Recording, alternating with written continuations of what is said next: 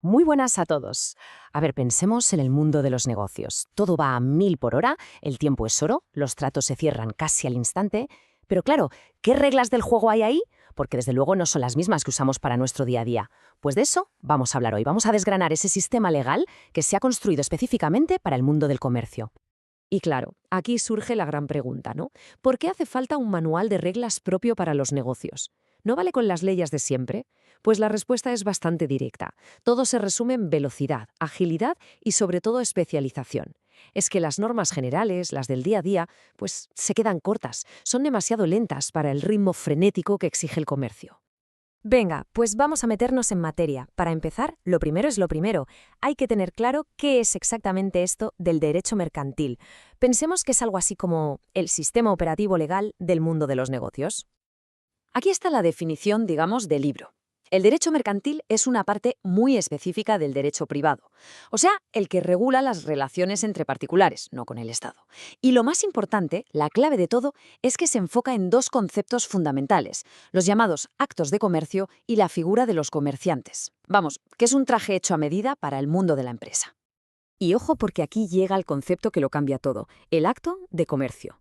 Lo más curioso de esto es que da igual quién lo haga. O sea, si alguien, quien sea, compra 100 ordenadores para revenderlos y sacar un beneficio, eso es un acto de comercio. No hace falta que sea un comerciante de profesión. Lo que cuenta es la intención, la naturaleza de la operación. Y es justo eso lo que pone en marcha toda esta maquinaria legal específica. Vale, entonces, ¿en qué se diferencia esto del derecho que nos aplicamos en el resto de las cosas de la vida?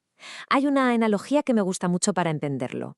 Es como si el derecho civil fuera una carretera comarcal, de esas con curvas y paisajes bonitos, y el derecho mercantil una autopista de 6 carriles. Esta comparativa lo deja clarísimo. Por un lado, a la izquierda, el derecho civil. Esa es la carretera comarcal. Se ocupa de las cosas generales de la vida, ¿no? Matrimonios, herencias, un contrato de alquiler. Es un camino más lento, más formal, con sus trámites y sus paradas.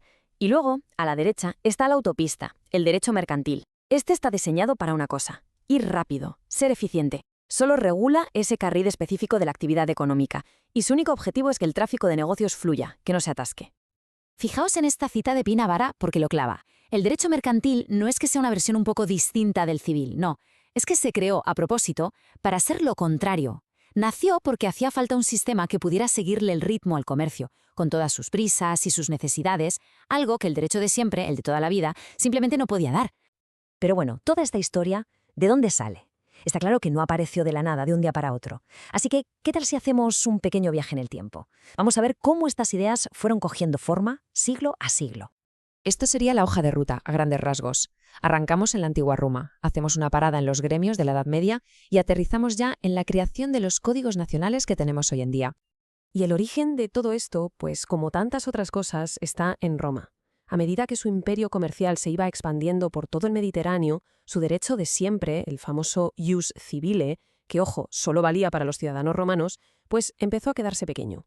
Es que el comercio por mar, con los riesgos que tenía, los piratas, las tormentas, era un mundo y necesitaba herramientas legales mucho más rápidas y concretas.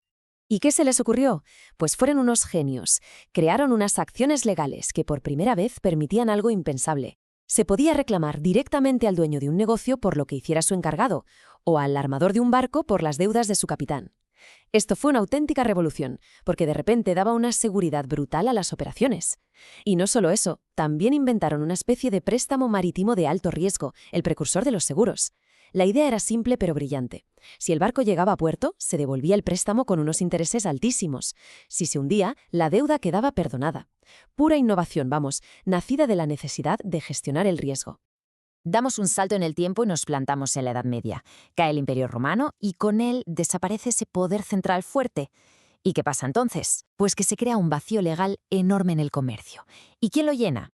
Los propios comerciantes. Ni cortos ni perezosos se organizan en gremios, en consulados, y montan sus propios tribunales con sus propias normas basadas en lo que ellos hacían todos los días, en sus costumbres.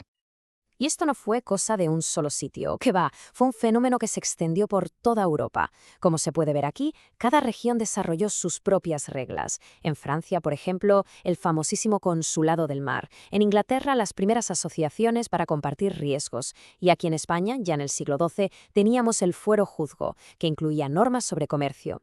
La lección es clara. Allá donde había comercio, el derecho iba detrás. El siguiente gran salto nos lleva a la Edad Moderna. Aquí el panorama cambia. Se consolidan los grandes estados, las naciones, y empiezan a pensar, a ver, tenemos un montón de costumbres de comerciantes por ahí sueltas, ¿por qué no las juntamos todas en una sola ley oficial? Y así nacen los códigos de comercio.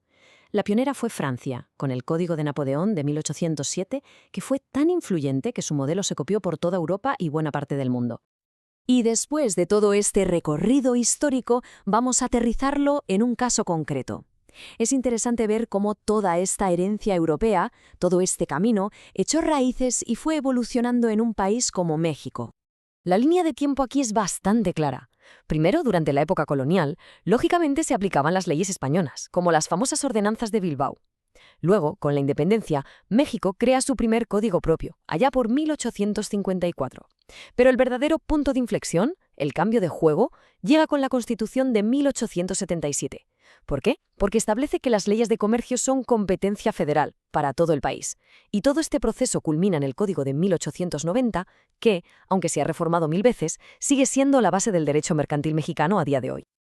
A ver, si hay que sacar una conclusión de todo este repaso, una idea principal, yo diría que es esta. El derecho mercantil no tiene nada de estático.